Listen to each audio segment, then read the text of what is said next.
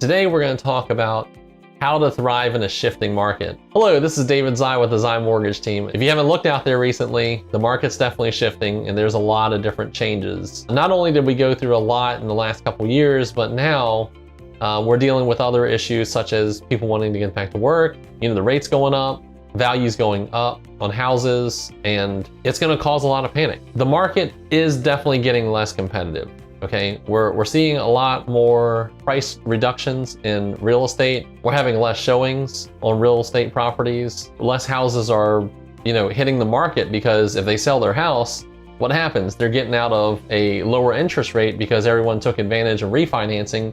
And if they buy right now, it's going to be a higher interest rate. The key is to basically know the economy and know your market specific, okay? Because every market reacts differently.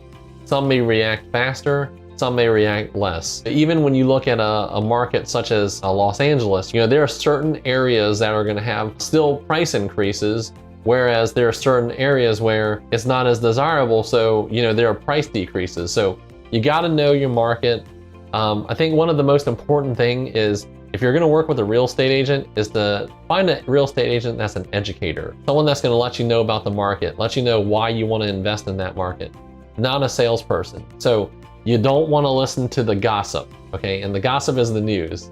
Everything that's going on in the news, you got a lot of talking heads that are out there. They tell you what you kind of want to hear. And one of the things about working with a real estate agent that is familiar with the local market that you want to either invest in or live in is you want to look for different things. You want to look for, different schools that are going to be desirable, something that you can sell in the future.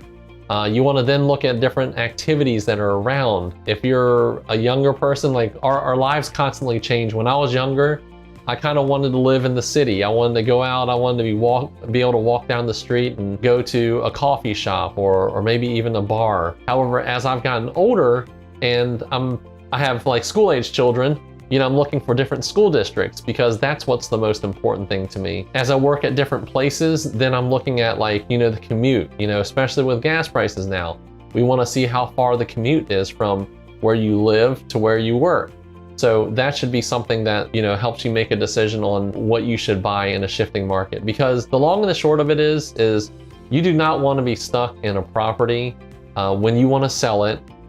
Depending on your financial situation, if you sell it, you want to be able to get good money for it. And I can tell you one thing, you can never time the market. If you want to keep it as an investment, you would want to make sure that it does have those desirable things. Someone that is looking to rent is going to want to rent in those areas. There's so much data and analytics out there with Zillow, Redfin, and all these other platforms out there. I'd highly recommend that you go through there and educate yourself. Once again, in this shifting market, it's really important to educate yourself. Some of the other things that you really want to know is, when the bottom line is you got to decide whether you want equity, you want cash flow. You also want to take advantage of different things at different points of your life, such as look at the real estate trends. Like right now, glamping sites are really huge. So if you know what glamping is, it's like camping, but living in something that's extremely fabulous, like a teepee or a geodome, an A-frame property. You want to see what your advantages and disadvantages are of purchasing a house with an accessory dwelling unit. So that is a house with maybe a separate in-law suite or maybe even a separate unit. You want to know about the financing terms on something like that. You also want to look at multifamily units such as duplexes, triplexes, quadplexes, because you do get advantages, especially with FHA when you're financing those multifamily units.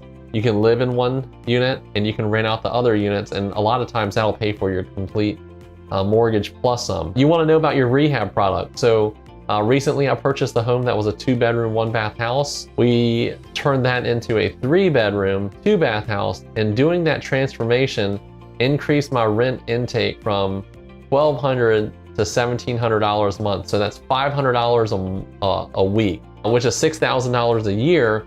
And in turn, what that does is my $10,000 rehab will be paid off in a little over a year, in less than 2 years. If you have any questions on how to leverage and thrive in this market, feel free to give me a call. My name is David Zai and I'm with the Zai Mortgage Team.